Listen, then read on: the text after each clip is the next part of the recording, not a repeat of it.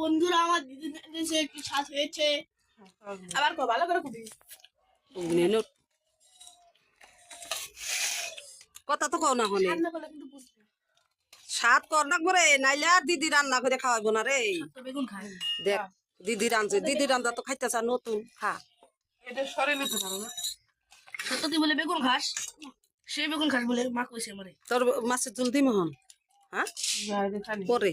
এটা টেস্ট হইছে সত্য জানো কোনটা রে টেস্ট হয়েছে আমি ভাই একটা নিবি না আর দিও না হে দিতে গেছে এ তো রানলে রান্দা পারো আর রান্নার চাবি নে যে স্বাদ করে রান্না পারি আমি ওই দেখ আমি চটকারে দিই দেখো বন্ধুরা দিলে আর চটকারে দিই অসাধারণ বিল হয়েছে আমার মেয়ে রান্না করে মেয়ে এই গল্প করবানছে অসাধারণ হয়েছে কেউ পায় না ধর বিশ্ব বিশ্ব কেমন হয়েছে দিদি রান্না করছে সত্যজিৎ করে মন হইছে ভালো হয়েছে ওখান তো যাবি গে হাই হাই ঠান্ডার মধ্যে কেমন করে বসে খাইবার বসে গো এমন করেন না গে স্বাদ হলে ও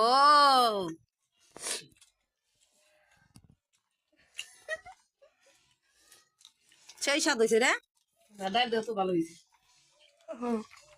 সব সব আরে কেমন করে